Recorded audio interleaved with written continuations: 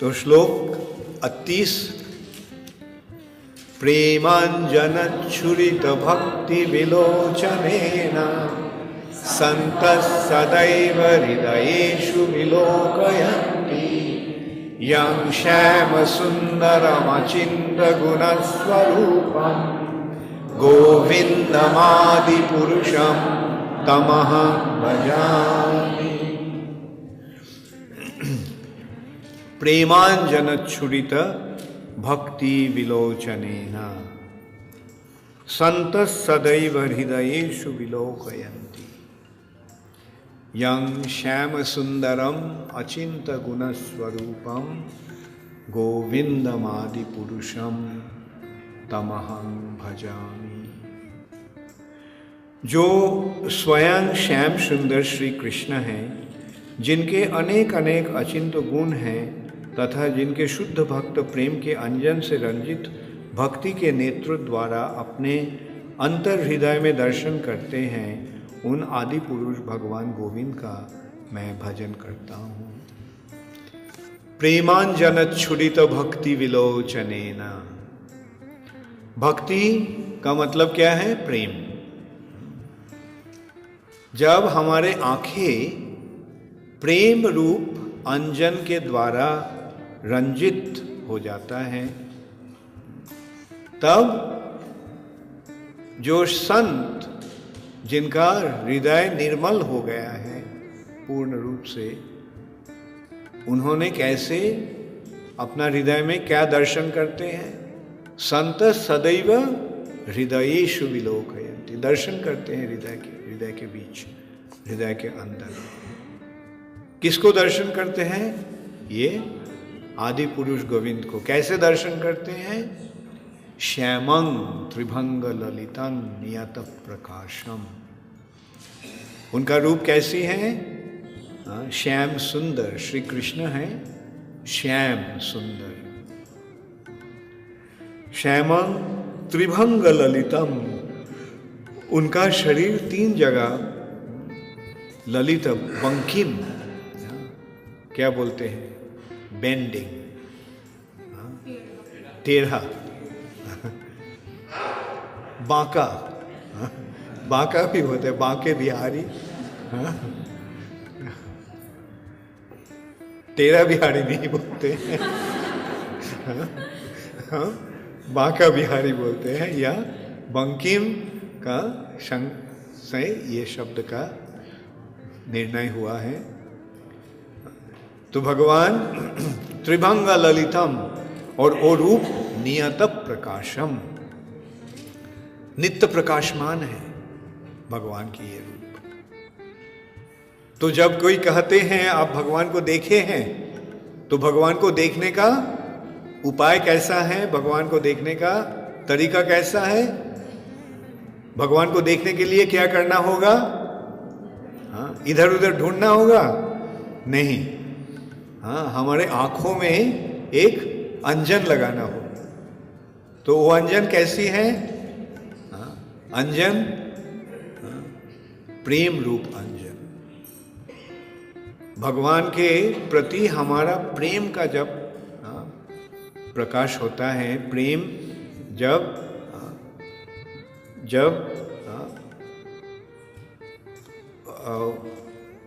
उद्भव होता है, प्रेम का उद्गम होता है, तो उस प्रेम के रूप आंखों से हम भगवान को दर्शन कर सकते हैं। हृदय में प्रेम का प्रकाश होगा, आंखों में उस प्रेम का अंजन लग जाएगा, तब हम उनको दर्शन कर सकेंगे। तो भगवान को दर्शन करना क्या कठिन है? नहीं, केवल उनके प्रति प्रेम का प्रकाश होना चाहिए। और ये प्रेम का जब प्रकाश होता है, तो हम मंदिर में जब जाते हैं, मंदिर में जाके हम भगवान को दर्शन कर सकते हैं। तब हम क्या देखेंगे? किसको देखेंगे? तब देखेंगे हमारा हृदय में जो हमारे प्रेमास्पद हैं, वो हमारे सामने मंदिर में खड़े हुए हैं। ऐसे ही भगवान को दर्शन करना चाहिए। भक्ति के द्वारा ही केवल भगवान को दर्शन संभव होता है, इसके अलावा और कोई भी उपाय नहीं है। श्लोक 39। रामादिमूर्तिषु कला नियमेन तिष्ठन् नानावतारमकरोत् भुवनेषु किन्तु कृष्ण स्वयं समभवत् परमः पुमांजो गोविन्दमादिपुरुषं तमहं भजामि। तो अब भगवान का अवतार का वर्णन हो रहा है। जिन्होंने श्री राम, नृसिंह, वामन इत्यादि विग्रहों में नियत शंखा की कला रूप से स्थित रहकर जगत में विभिन्न अवतार लिए, परंतु जो भगवान श्री कृष्ण के रूप में स्वयं प्रकट हुए, उन आदि पुरुष भगवान गोविंद का मैं भजन करता हूँ।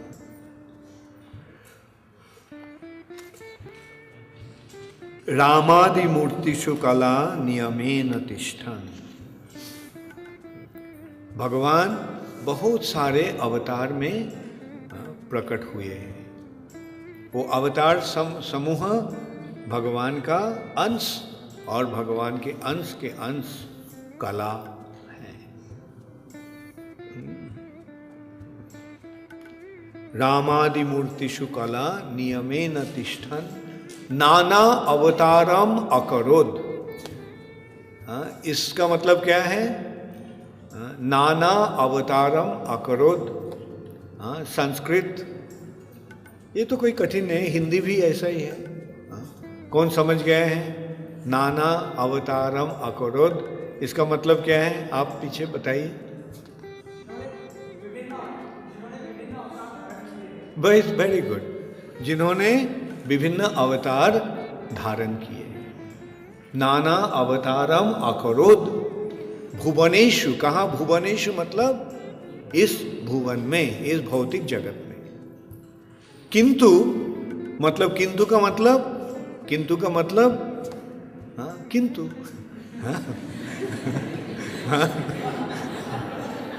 किंतु कृष्ण स्वयं समभवत परमः पुमांजो।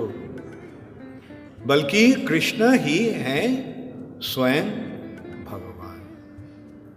कृष्ण स्वयं समभवत परमः पुमांजो। वो परम पुरुष परमेश्वर भगवान है श्री कृष्ण। तो हम पहले मूल मंत्र याद है सबको? हाँ, मूल मंत्र क्या है फर्स्ट बताइए आप सब।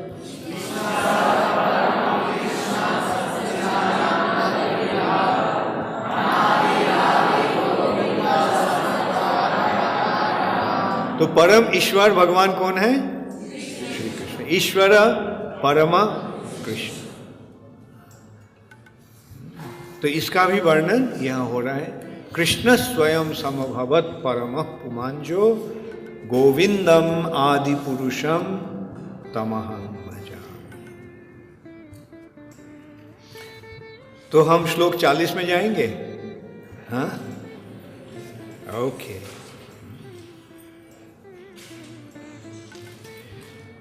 यस्य प्रभा प्रभवतो जगदण्डकोटि कोटिशेष वसुधादि विभूति भिन्नम तद्ब्रह्म निष्कलमनन्तमशेष भूतम गोविंदमादि पुरुषम तमहं भजामि। जिनकी प्रभा उपनिषदों में वर्णित निर्विशेष ब्रह्म का स्रोत है तथा करोड़ों ब्रह्मांड में अनंत विभूतियों के रूप में भेद को प्राप्त होने के नाते निरवच्छिन्न पूर्ण अनंत सत्य के रूप में प्रकट है, उन आदि पुरुष भगवान गोविंद का मैं भजन करता हूँ। जस्य प्रभा मतलब, प्रभा का मतलब प्रकाश या ज्योति। जिनका ज्योति, अंगद ज्योति, भगवान का अंगद ज्योति प्रभवतो जगदंड कोटि, जगदंड कोटि, करोड़ों ब्रह्मांड में कोटिश्च शेष वसुधादि विभूति भिन्नम, करोड़ों ब्रह्मांड में अनंत विभूतियों के रूप में भेद को प्राप्त होने के नाते निरवच्छिन्न पूर्ण अनंत सत्य के रूप में प्रकट है। तद ब्रह्म निष्कलम, निष्कलम, निष्कलम का मतलब निरवच्छिन्न, मतलब जिसको भेद नहीं किया जा सकता है, जिसका कोई अंश नहीं है, जो पूर्ण रूप है, पूर्ण है। निष्कलम अनंतम अशेष भूतम, अर्थात ये जो ब्रह्म ज्योति जो सारे जगत को, सारे चीज जगत को जो प्रकाश करते हैं, वो ज्योति भगवान का ही अंग ज्योति है, और ये निर्विशेष ब्रह्म का स्रोत है। ब्रह्म ज्योति भगवान का अंग कांति है, इसलिए ब्रह्म है ज्योति। और परम ब्रह्म कौन है? इस ब्रह्म का स्रोत कौन है? स्वयं भगवान। जस्य प्रभा प्रभवतो जगदंड कोटि, कोटिश्च शेष वसुधादि विभूति भिन्नम, तद ब्रह्म निष्कलम अनंतम अशेष भूतम। उन आदि पुरुष भगवान गोविंद को गोविंदम आदि पुरुषम तमहं भजा। चिन्मय जगत में, चित जगत में जो ज्योति है वो है ब्रह्म ज्योति। इस भौतिक जगत में जो ज्योति है वो कौन सी ज्योति है? वो सूरज का किरण है। तो सूरज, ये ज्योति कहां से प्राप्त हो रहा है पता है आपको? हाँ, ये सूरज का जो ये किरण है, ये क्या है? हमारे वैदिक वर्णन के अनुसार सूरज इस ब्रह्म ज्योति को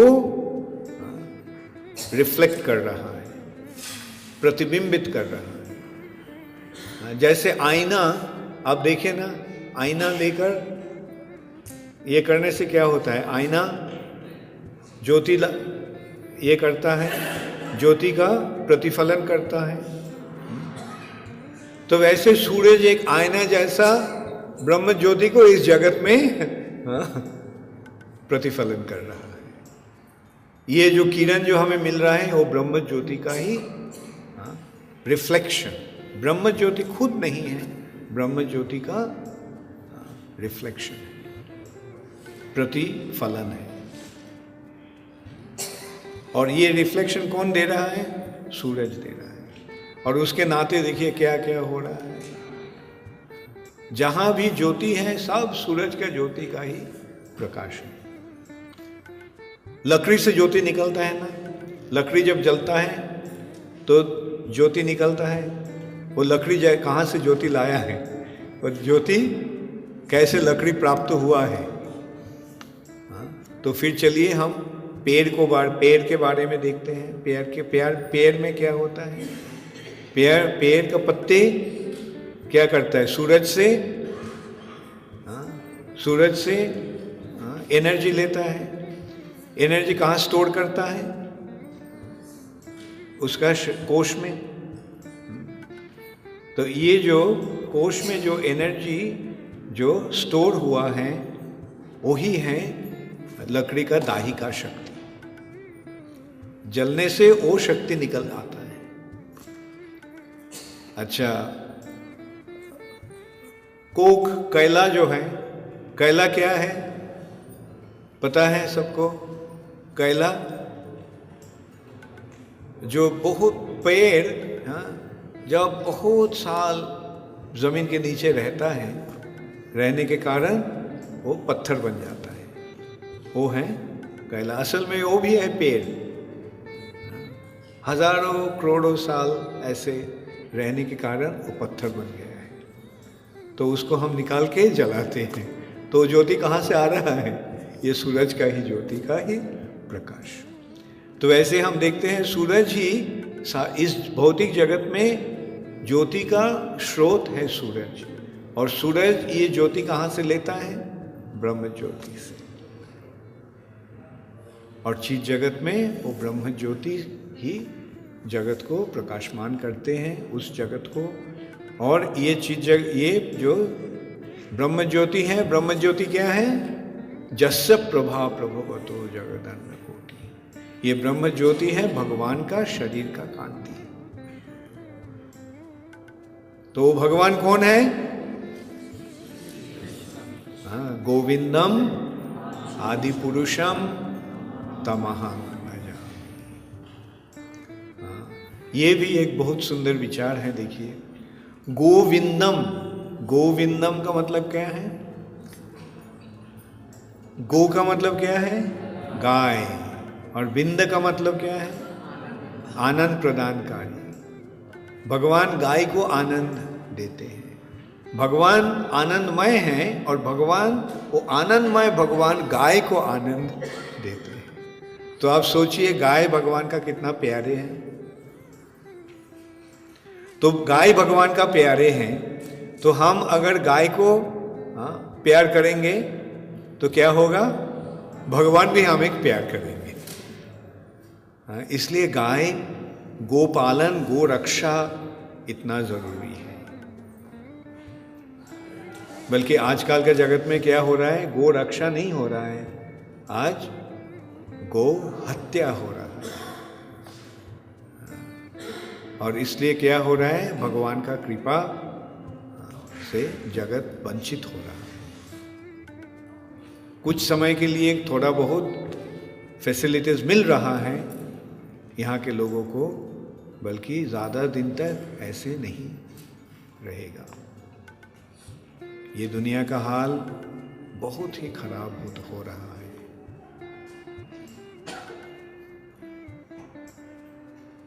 भगवान का जब भगवान अगर हम पर नाराज होंगे तो हमें पता नहीं है क्या क्या हो सकता है।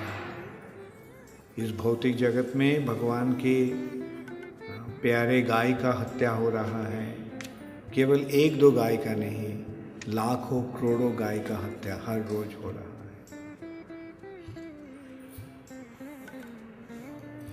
इसलिए कम से कम हम लोगों को थोड़ा सा गौ रक्षा का प्रयास करना है। गौ पालन।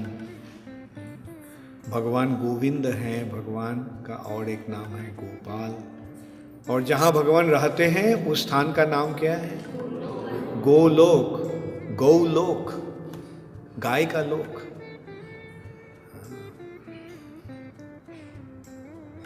तो ऐसे गाय भगवान का इतना प्यारे हैं और गाय को पालन करना इतना ही जरूरी है। ये इस हर श्लोक में हम देख रहे हैं गोविंदम आदि पुरुषम तमहं भजामि। ये गोविंद नाम भगवान के गाय के प्रति उनका कृपा का ही द्योतक है।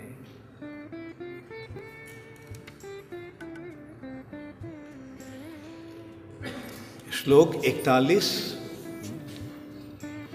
माया हि जस्य जगदण्ड शतानि सूते त्रैगुण्य तद्विषय वेद वितायमाना सत्यावलम्बि पर सत्य विशुद्ध सत्वं गोविंदमादि पुरुषं तमहं भजामि। सत्य, रज तथा तमो रूप त्रिगुणमयी एवं जड़ ब्रह्मांड संबंधी वेद ज्ञान विस्तारिणी माया जिनकी अपरा शक्ति है, उन्हीं सत्वाश्रय रूप परम पर सत्य निबंधन विशुद्ध सत्य रूप आदि पुरुष भगवान गोविंद का मैं भजन करता हूँ। माया ही जस्य जगदंड शतानी सूते। माया है भगवान का बहिरंगा शक्ति।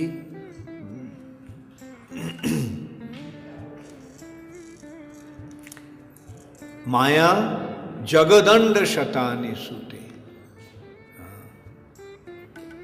100 हजारों करोड़ों ब्रह्मांड को सूते प्रसव किए हैं। ये माया ही इस जगत का अनंत ब्रह्मांड को सृजन अर्थात प्रकाश किए हैं। माया से ही उसका उत्पत्ति होता है। और माया का माया त्रिगुण तद विषय वेद वितायमाना। माया त्रिगुणमयी है, त्रिगुणमयी। माया तीन गुण समन्वित है। वो 3 गुण क्या है? सत्वगुण, रजोगुण और तमोगुण।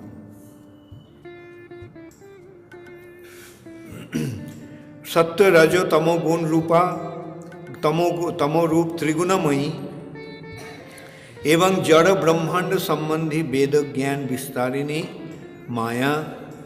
वो माया है भगवान, ये माया है भगवान का अपराशक्ति।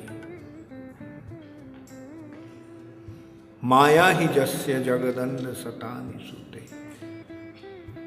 त्रैगुण्य तद विषय वेद वितायमाना। वेद वितायमाना वैदिक ज्ञान को विस्तार कर रही है माया। सत्यावलंबी पर सत्तंग विशुद्ध सत्व। उन्हीं सत्ताश्रय रूप पर सत्य निबंधन विशुद्ध सत्व रूप आदि पुरुष भगवान गोविंद को मैं भजन करता हूँ।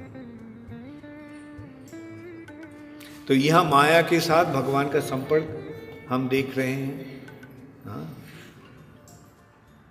इसके पहले ब्रह्म ज्योति के साथ भगवान कृष्ण का संपर्क देखा। ऐसे हम इसके पहले अवतारों को साथ भगवान का कृष्ण का संपर्क देखा। इसके पहले भगवान का रूप का वर्णन हुआ है। कैसे भगवान को दर्शन हम कर सकते हैं। मतलब 29 श्लोक में गोलोक का वर्णन हुआ है। 30 से लेकर 34 तक भगवान का रूप का वर्णन, 33 तक भगवान का रूप का वर्णन हुआ है। और उसके पश्चात 35 में वर्णन हो रहा है कि भगवान यद्यपि एक हैं, फिर उन्होंने अनंत ब्रह्मांड को सृष्टि किए हैं और हर ब्रह्मांड के अंतर हर परमाणु में भी भगवान विराजमान है। और ऐसे वर्णन करने के पश्चात यहाँ भगवान के अवतार के वर्णन, भगवान का ब्रह्म ज्योति क्या है उसका वर्णन, 41 श्लोक में माया के साथ भगवान का संपर्क का वर्णन। और अब हम श्लोक 42 पाठ करेंगे। आनंद चिन्मय रसात्मतया मनोसु यः प्राणिनां प्रतिफलं स्मरतामुपेत्य लीलायितेन भुवनानि जयत जश्रम् गोविन्दमादिपुरुषं तमहं भजामि। जो स्मरणकारी प्राणियों के मन में नित्य आनंद चिन्मय रस स्वरूप से प्रतिफलित होकर निज लीला विलास द्वारा निरंतर समस्त भौतिक जगत को वशीभूत करते हैं, उन आदि पुरुष भगवान गोविंद का मैं भजन करता हूँ। आनंद चिन्मय रसात्मतया मनोसु ज प्राणिनां प्रतिफलन स्मरताम उपेत्य। जो निरंतर भगवान को स्मरण करते हैं, उनकी हृदय में भगवान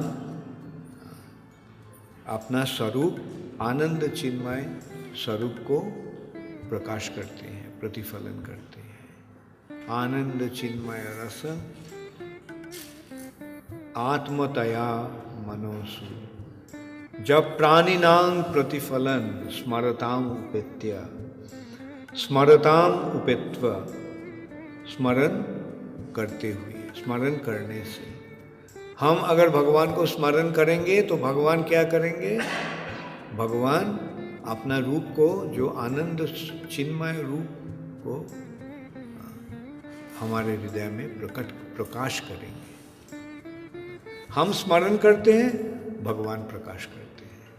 हम प्रार्थना करते हैं, भगवान उसको प्रतिदान देते हैं।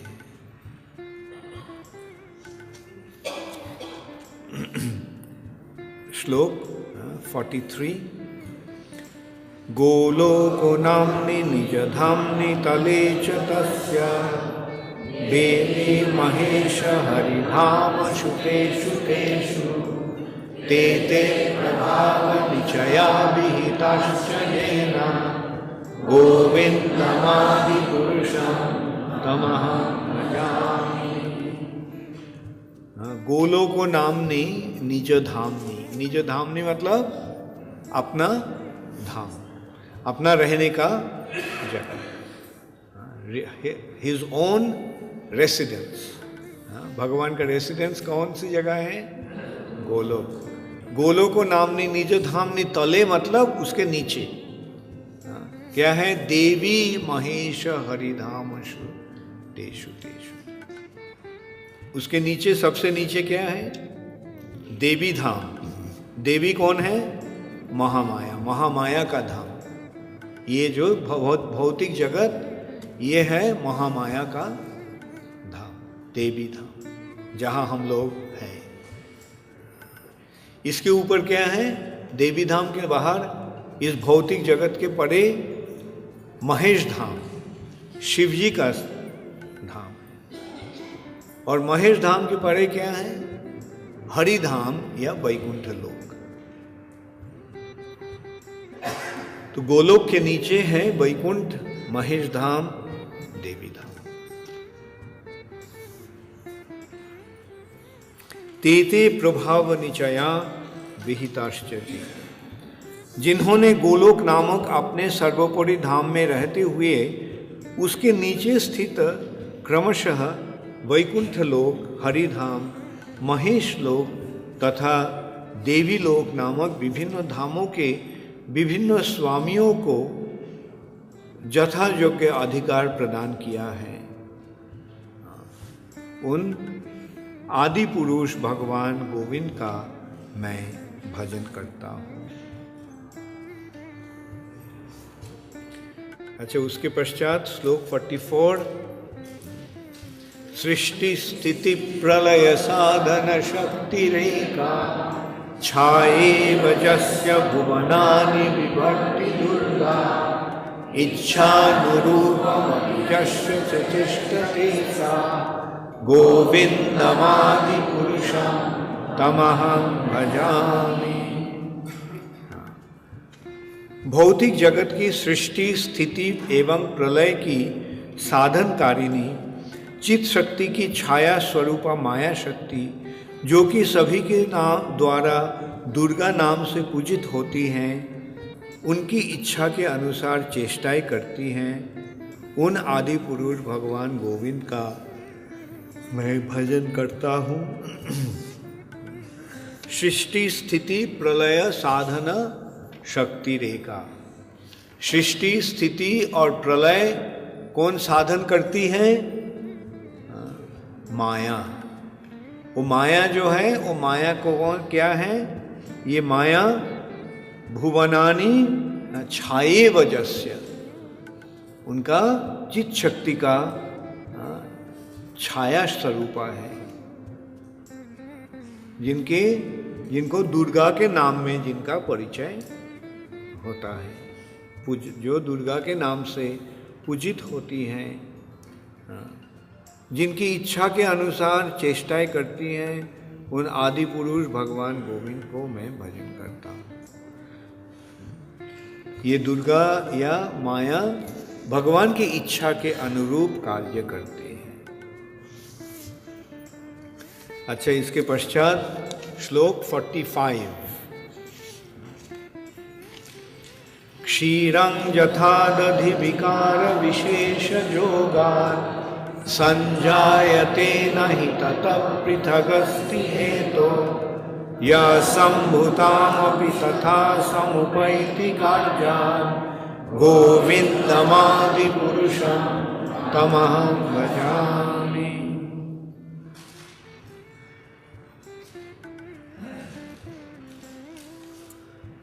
जिस प्रकार दूध खटाई या जामन आदि के संयोग से दही में बदल जाता है, किंतु फिर भी अपने उपादान कारण दूध के वो न तो समान होता है और न ही उससे पृथक होता है, उसी प्रकार संहार कार्य के निमित्त जो शंभु रूप में परिणत हो गए हैं, उन आदि पुरुष भगवान गोविंद का मैं भजन करता हूँ। यहाँ शिव जी के साथ भगवान का संपर्क या शिव तत्व का वर्णन हो रहा है। क्षीरं यथा दधि विकार विशेष जो,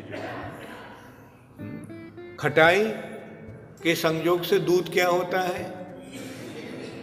हाँ, दही बन जाता है। तो दही और दूध में अंतर है? नहीं, फिर है भी। हाँ? दही बन गया है, था दूध, अब दही बन गया है। हाँ, दूध दही बन सकता है, बल्कि दही दूध नहीं बन सकता है। तो वैसे ही कोई विशेष कार्य संपादन करने के लिए भगवान शिव जी के रूप में प्रकाश हुए। जा संभुताम अपि तथा समुपैति कार्यात्, कोई विशेष कार्य संपादन करने के लिए शंभु के रूप में प्रकट हुए। तो शिव जी कौन है? शिव जी गोविंदम आदि पुरुषम, परमेश्वर भगवान श्री कृष्ण का ही प्रकाश है। श्री कृष्ण ने ही, नारायण ने ही शिव जी के रूप में प्रकट हुए, कोई विशेष कार्य संपादन करने के लिए। एक तो संहार कार्य संपादन करने के लिए, और एक कार्य है इस भौतिक जगत में माया के साथ संयोग स्थापन करने।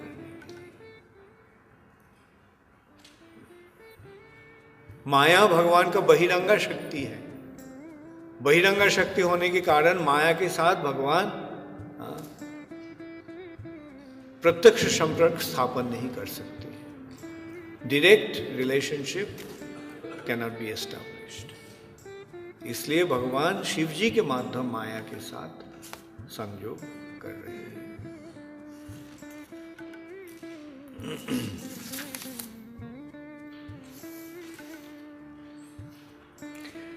श्लोक 46। दीपार्चिरेव हि दशान्तरमभ्युपेत्य दीपायते विपरीत हेतु समान धर्मा जस्तादृगेव हि च विष्णुतया विभाति गोविन्दमादि पुरुषं तमहं भजामि।